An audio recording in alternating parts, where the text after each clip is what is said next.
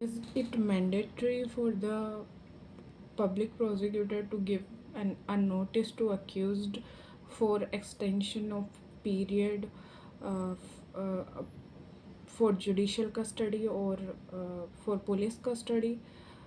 If the accused is not informed, will the order of extending the period of custody will be shared, or would it be a mere procedural irregularity? And what happen if the case is related to Unlawful Activities Prevention Act 1967? Um this answer to this lies in the in this judgment. This is the recent judgment held on 30th of April 2026. The name of judgment is Muhammad Arij Hasnan at the rate Ariz Hasnan versus State of Jharkhand. The fact of the case are कि 5 फरवरी को 90 days expire होने वाले थे, जो कि default bell का right देते हैं under section 167 clause 2 of CRPC and which correspond to 187 clause 2 of BNSS. Meanwhile, on 2nd of Feb, extension of period for custody application was filed before the magistrate without informing to the accused, and the time was extended by the magistrate for further 25 days. High court ने इसको कहा कि ऐसा extend किया जा सकता है और उसके पास डिफ़ॉल्ट बेल का राइट नहीं है. Matter came before the Supreme Court and Supreme Court said that no, ऐसे बिना accused को बुलाए, in fact in the cases of special acts such as Unlawful Activities Prevention Act also, the notice to accused should be given. It's not a mere procedural formality. The court should apply its judicial mind, and the prosecutor also applies his mind, and accused should be given the opportunity to defend the application for extension of the custody period, because it is the right of accused to be released on bail, on default bail. So for court language, you can see this paragraph as I am reading for you. Clause B of subsection 2 of section 167 CRPC lays down that no magistrate shall authorize the detention of accused in custody of police unless the accused is produced before him in person. It also provides that the judicial custody can be extended on the production of accused either in person or through the medium of electronic video linkage. तो अगर police custody लेनी है तो accused का in person appear होना ज़रूरी है, तभी दी जाएगी, उसको अपीयर करा जाएगा. और अगर जुडिशल कस्टडी देनी है तो एक्सटेंशन उसको या तो अक्यूज्ड को आप ले आओ या फिर वीडियो लिंकेज से अक्यूज्ड की अपीयरेंस ज़रूरी है. दस the requirement of law is that while extending the remand to judicial custody, the presence of accused has to be procured either physically or virtually. This is a mandatory requirement. एक mandatory requirement है. This requirement is sine qua non for exercise of the power of extend the judicial custody remand. तो ये एक mandatory requirement है कि या तो virtually accused को अपीयर होना पड़ेगा या फिर फिज़िकली. कैसे होगा, मतलब पुलिस ऑफिसर उसको लेके आएंगे या फिर वीडियो लिंकेज से उसको अपीयर कराएंगे, तभी जुडिशियल कस्टडी का टाइम एक्सटेंड हो सकता है.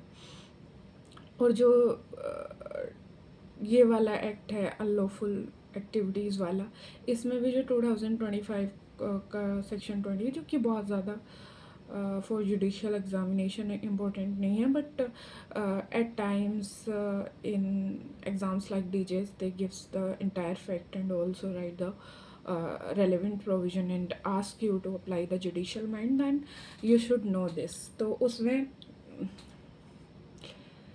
90 डेज़ के बियॉन्ड जुडिशल कस्टडी दी जा सकती है अप टू 180 डेज़, क्योंकि इस केस में जो है ये केस वही है जिसमें 180 दिन तक की कस्टडी दी जा सकती थी। तो उस केस में भी therefore even in terms of the requirement of clause B of subsection 2 of 167, it is mandatory to procure the presence of accused before the special court when the prayer of the prosecution for extension of time to complete investigation is considered. तो उन cases में भी जब special act में आप कर रहे हैं तो स्पेशल कोर्ट के सामने आपको presence of accused either virtually or physically is mandatory requirement. और जो एक केस था संजय दत्त वर्सेस स्टेट, उस केस में 1994 का, उस केस में कहा गया था कि अपीयर तो कराना ही पड़ेगा अक्यूज को वर्चुअली या फिज़िकली। हाँ, ये हो सकता है कि आप उसको जो है इन्फॉर्म तो आप ज़रूर ही करोगे, ये हो सकता है कि उसको कॉपी ना दो। The accused may not be entitled to get a copy of the report as matter of right as it contain details of investigation carried out. तो क्योंकि डिटेल्स ऑफ इन्वेस्टिगेशन उसमें होती हैं, इसलिए उसको अक्यूज्ड को आप चाहे कॉपी ना दो लेकिन आपको बुलाना तो पड़ेगा। Except the submission of respondent that the accused has no say in the matter, the requirement of giving notice by producing accused will become an empty and meaningless formality. अगर आप अक्यूज्ड को नोटिस ही नहीं दोगे तो ये एक empty and meaningless formality हो जाएगी कि कोर्ट से आप टाइम एक्सटेंड करा रहे हो और आप अक्यूज्ड को नहीं सुन रहे हो, तो फिर एप्लीकेशन ऑफ माइंड की बात कहाँ से आई? दोनों पार्टी को सुनते हैं तभी तो एप्लीकेशन ऑफ माइंड होता है। अब para 45 as you can read, the logical and legal consequence of grant of extension of time is the deprivation of indefeasible right available to the accused to claim a default bail. If we accept the argument that the failure of the prosecution to produce the accused before the court and to inform him that application of extension is being considered by court is a mere procedural irregularity, it will negate the provision added by subsection 2 of section 20 of 2025 Act, and that may amount to violation of right conferred by article 20 of the 21 of the Constitution.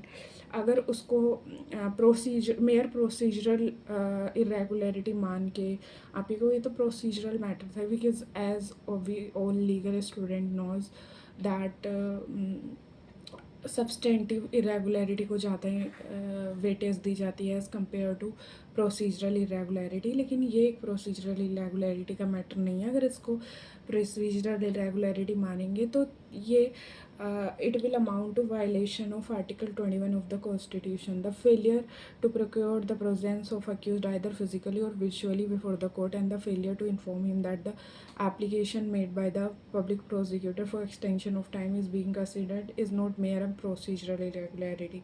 It is a gross and violative of right of the accused under Article 21. तो ये gross irregularity है, ये कोई procedural irregularity नहीं है।